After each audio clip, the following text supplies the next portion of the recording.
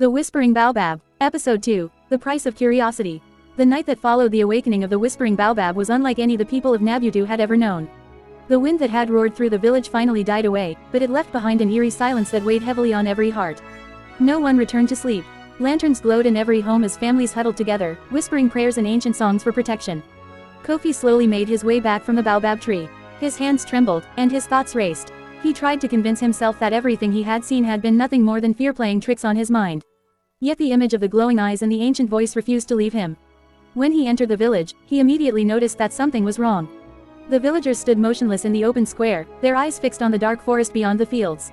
No one spoke. Even the children, who were usually full of laughter, stood quietly beside their parents. Suddenly, a deep roar echoed from the forest. It was unlike any sound Kofi had ever heard. It was too powerful to belong to a lion and too haunting to be any ordinary animal.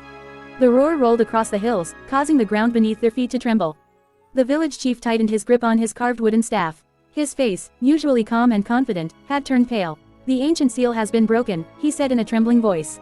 The elders slowly turned toward Kofi. No one accused him, yet their silence carried all the blame he needed to hear. Kofi lowered his head in shame. He knew that his curiosity had awakened something that should never have been disturbed.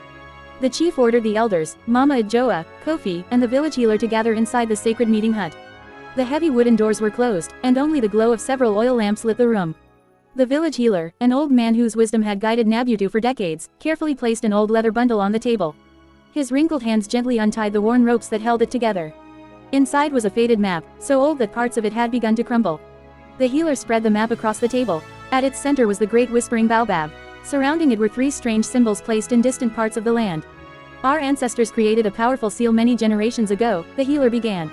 "The baobab was never the prison itself. It was only the guardian. The true power of the seal came from three sacred relics hidden across the kingdom."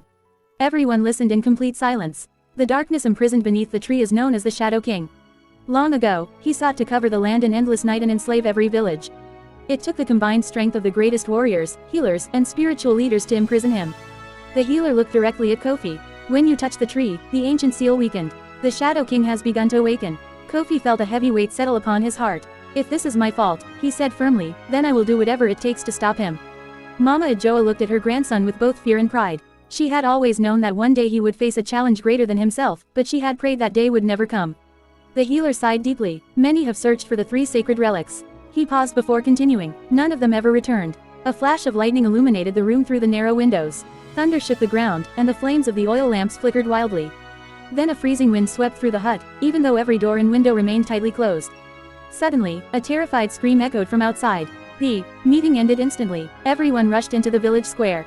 Parents were calling for their children. One mother fell to her knees, crying uncontrollably. Her young son had disappeared. Only a small woven basket lay abandoned on the ground. The villagers searched every corner of Nabutu, calling the boy's name, but there was no answer. Then one of the hunters knelt beside the dusty path leading away from the village. "There are footprints," he whispered. The entire village gathered around. Small footprints stretched across the dirt road. They led away from Nabutu, toward the forbidden forest. As the villagers stared into the darkness, another scream echoed through the trees. This time it sounded much closer. Kofi tightened his grip on his hunting spear. He looked toward the forest, then back at the frightened villagers. Without another word, he took his first step toward the darkness. Behind the thick trees, unseen by anyone, two glowing golden eyes slowly opened. Someone, or something, was waiting for him. End of episode 2.